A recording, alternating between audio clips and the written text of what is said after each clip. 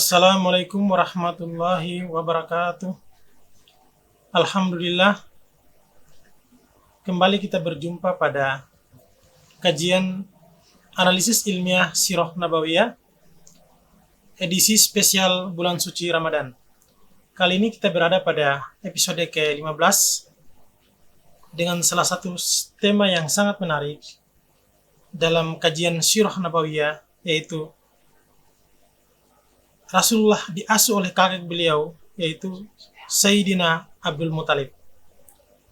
Kali ini sebagaimana mestinya kita tetap menghadirkan guru mulia kita, Al-Habib Abdurrahman bin Kamil As-Sagaf, atau dalam channel YouTube dikenal dengan Habib Abdurrahman Ternate. Bagi kaum muslimin dan muslimat dimanapun berada, tetap menyaksikan dan memberi like dan subscribe kepada channel YouTube Habib Abdurrahman Ternate. Sekali lagi saya sampaikan bahwa pada episode ke-15 ini kita akan membahas salah satu tema yang paling menarik, yaitu diasuh kakeknya Sayyidina Abdul Muttalib dalam Sirah Nabawiyah edisi spesial bulan suci Ramadan. Dan sekali lagi saya sampaikan bahwa guru kita Al-Habib Abdurrahman As-Sagaf di tengah-tengah kita akan menyampaikan, menganalisis tentang tema kita pada kesempatan ini. Saya langsung menyapa Habib. Assalamualaikum warahmatullahi wabarakatuh. Waalaikumsalam warahmatullahi wabarakatuh. Tema kali ini sangat menarik, Bib. Salah satu tema dalam kajian Sirah Nabawiyah, dan kita akan mengenal lebih dalam apa yang disampaikan oleh Habib tentang bagaimana kisah tentang diasuhnya kakek Sayyidina Abdul Muttalib dalam perjalanan hidup Rasulullah SAW. Mungkin langsung saya persilakan kepada Habib untuk menyampaikan kajian pada tema hari ini. Silakan, Habib. Alhamdulillah wa kafa, thumma assalatu wassalamu ala nabiyil mustafa wa ala alihi wa sahbihi ahli sidiki wal wafa, amma ba'du. Kakek Nabi sallallahu alaihi wasallam, Sayyiduna Abdul Muttalib ibn Hashim ibn Abdul Manaf, beliau dilahirkan di kota Madinatul Munawwarah. Jadi ibu beliau adalah orang asli Madinah, atau dikenal dengan sebutan Yathrib. Ibu beliau bernama Salma bintu Amrin. Ayah beliau Sayyiduna Hashim sering melakukan perdagangan jauh ke luar negeri hingga beliau tiba di kota Yathrib dan menikah dengan wanita yang soleha, wanita yang sangat baik bernama Salma. Dari pernikahan Sayyiduna Hashim dengan Salma, maka terlahirlah seorang anak laki-laki yang diberikan nama Syaibah. Nah, Syaibah ini secara bahasa artinya orang yang beruban, berambut putih. Karena waktu beliau terlahir ada sedikit uban yang di kepala beliau atau di rambut beliau, sehingga dinamakan Syaibah. Ini salah satu pendapat yang menyebabkan nama beliau dinamakan dengan Syaibah. Pendapat kedua menyatakan mereka berharap anak ini menjadi anak yang bijak. Walaupun usia masih anak-anak, tapi dari nama tersebut Syaibah, dengan harapan agar dia menjadi anak yang bijaksana, dewasanya menjadi seorang pemimpin, maka diberikan nama Syaibah. Syaibah artinya orang yang beruban, artinya orang yang sudah matang pengalamannya dan dewasa daripada pemikirannya dan sikapnya. Maka dinamakan namanya dengan Syaibah. Waktu berjalan, beliau memiliki akhlak yang sangat baik, beliau memiliki sikap yang sangat baik, interaksi sosial juga sesama masyarakat yang ada di Yathrib, walaupun usia masih sangat muda, tapi sudah nampak terlihat karakter-karakter yang sangat baik, sehingga masyarakat memberikan gelar kepadanya dengan sebutan Al-Hamad, Syaibatul Hamad. Bahkan Raja Abraha yang ingin menghancurkan Ka'bah itu, ketika menatap Sayyiduna Abdul Muttalib, dia merasa kagum bagaimana cara berjalannya, cara berbicaranya. Ya, sangat luar biasa karakter daripada Sayyiduna Abdul Muttalib. Bahkan Raja Abraham memuji Sayyiduna Abdul Muttalib. Ada ungkapan menyatakan, al-fadlu ma syahidat bihil a'da'u. Ya, kemuliaan itu nampak jelas jika diakui oleh musuh. Sayyidina Abdul Muttalib termasuk seseorang yang diakui oleh musuh Raja Abraha. Tentang sosok beliau yang sangat bijak, sangat berwibawa, dan nampak di wajahnya nur Nabi Muhammad sallallahu alaihi wasallam. Waktu berjalan, Sayyidina Hashim hijrah ke Palestina, meninggal di Palestina. Kemudian diberikan wasiat sebelum Sayyidina Hashim meninggal dunia kepada saudara kandungnya bernama Al-Muttalib ibn Abdul Manaf. Al-Muttalib ibn Abdul Manaf diwasiatkan untuk menjemput Syaibatul Hamad untuk dibawa kembali ke kota Makkah.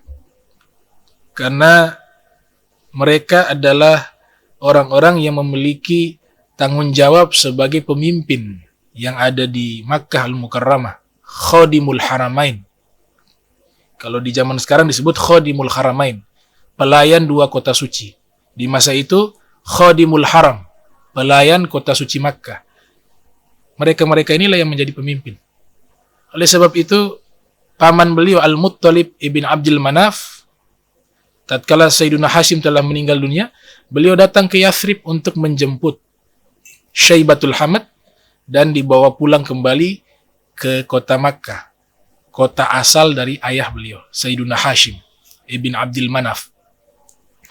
Maka berangkatlah setelah terjadi dialog antara Al-Muttalib dengan ibundanya Sayyidah Salma bintu Amrin untuk minta izin agar Syaibatul Hamad dibawa kembali ke kota Makkah, maka diizinkan. Dibawalah Syaibatul Hamad kembali ke kota Makkah.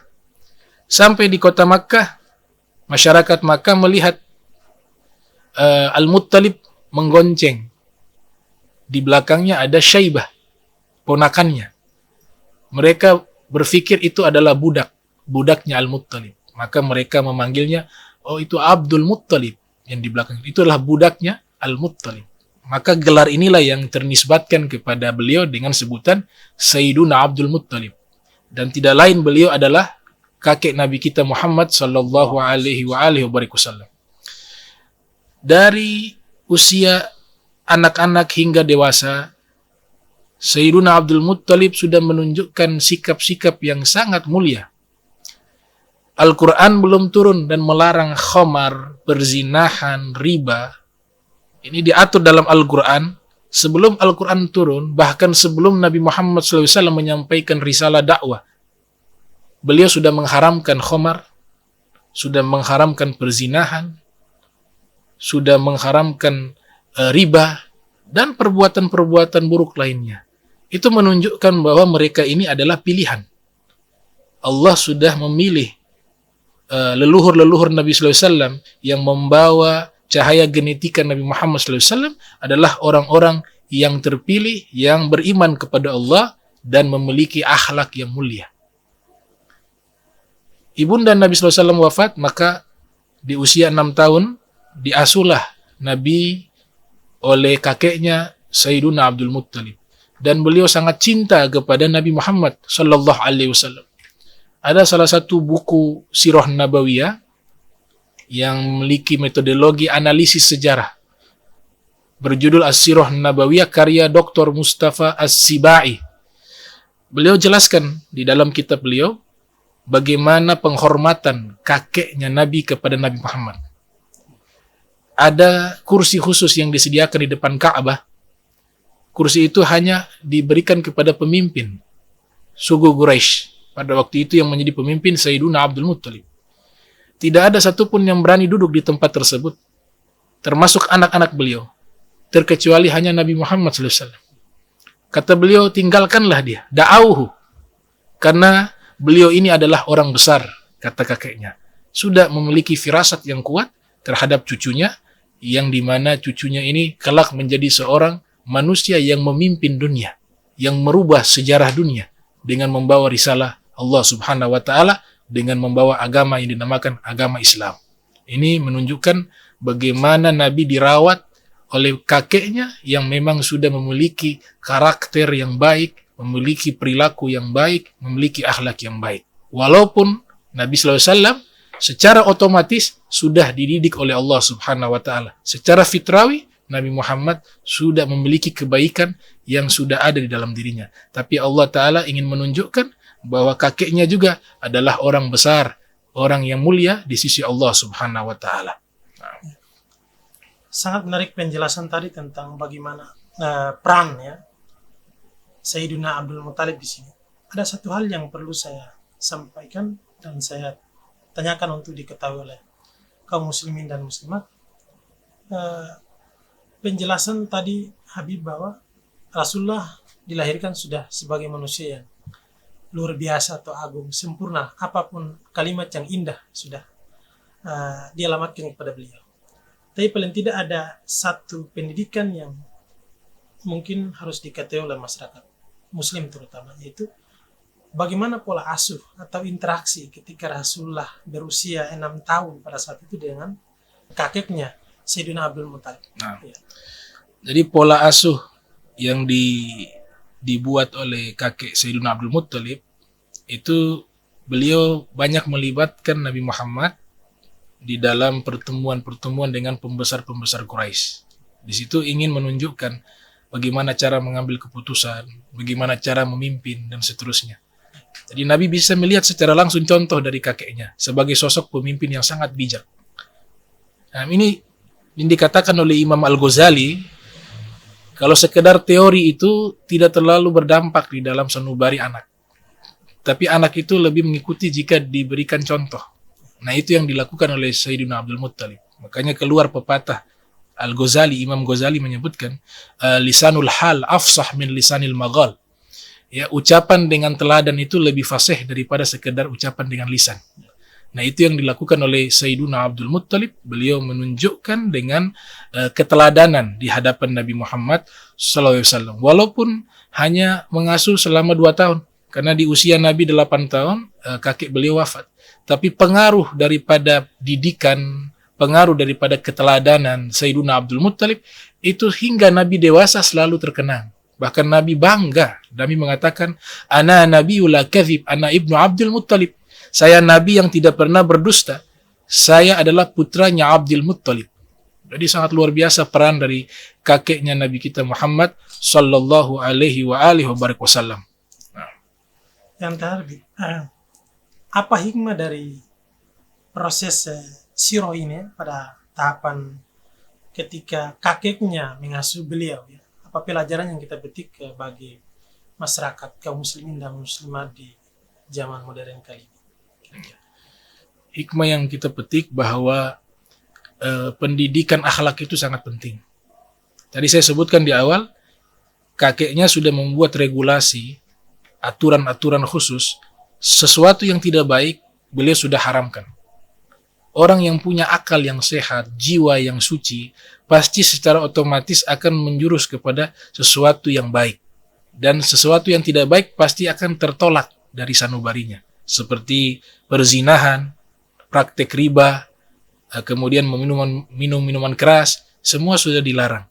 Nah, inilah nilai-nilai yang ditanamkan di dalam diri anak-anak kita, sebagaimana yang dilakukan oleh kakek Nabi kita Muhammad sallallahu alaihi wasallam. Dan perlu saya sampaikan sebagai kesimpulan, atau ada poin penting di dalam masalah pengasuhan Nabi Muhammad sallallahu alaihi wasallam oleh kakeknya, yaitu masalah Nabi sallallahu alaihi wasallam ketika lahir.